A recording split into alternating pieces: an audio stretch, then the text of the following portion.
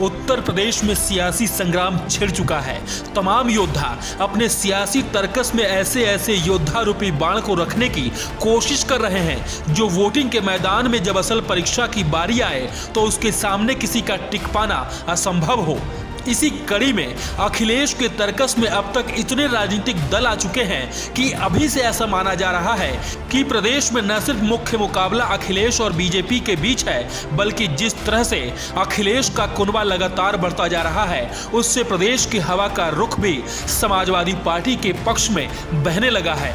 ये अखिलेश के प्रति विश्वास ही है कि आज प्रदेश की ज्यादातर छोटे छोटे राजनीतिक दल या तो अखिलेश के साथ गठबंधन कर चुके हैं या फिर समाजवादी पार्टी में विलय हो चुका है।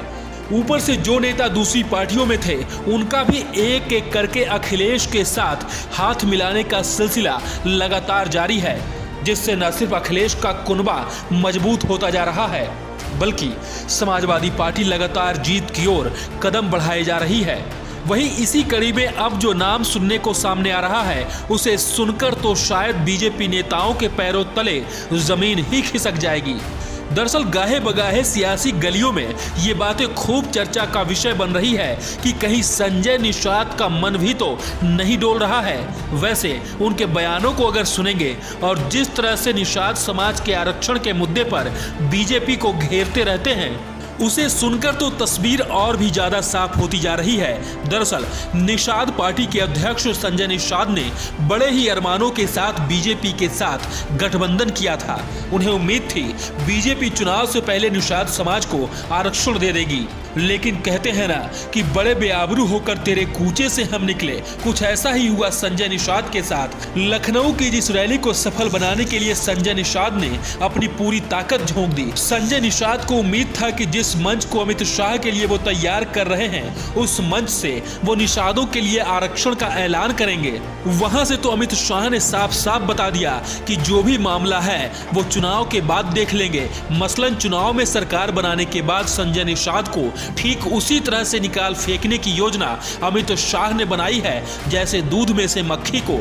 लेकिन संजय निषाद अमित शाह के इस चाल को समझ गए हैं, तभी तो संजय निषाद अब खुलकर बीजेपी के खिलाफ बोल रहे हैं। दरअसल संजय निषाद चाहते हैं कि चुनाव से पहले बीजेपी निषाद समाज के आरक्षण के मुद्दे को हल कर दे, लेकिन बीजेपी ऐसा करने के मूड में नहीं है, जिसके बाद अब ऐसा लग रहा है कि जल्द ही संजय निषाद की राह भी अलग होने वाली है और उनका झुकाव धीरे धीरे अखिलेश की तरफ बढ़ता जा रहा है।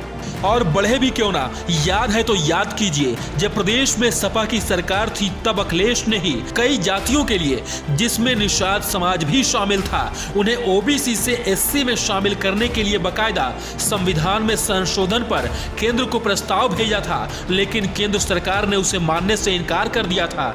मतलब इतना तो साफ है कि केंद्र की मोदी सरकार निषादों को एससी में शामिल करने की मांग को मानने वाली नहीं है। ये बीजेपी का महज एक दिखावा है। चुनाव में निषाद समाज का वोट हासिल करने के लिए निषाद पार्टी से गठबंधन करना, क्योंकि अगर बीजेपी को सच में निषाद समाज को एससी में शामिल करने की मंशा होती तो उसी वक्त कर देते जब अखिलेश ने प्रस्ताव भेजा था।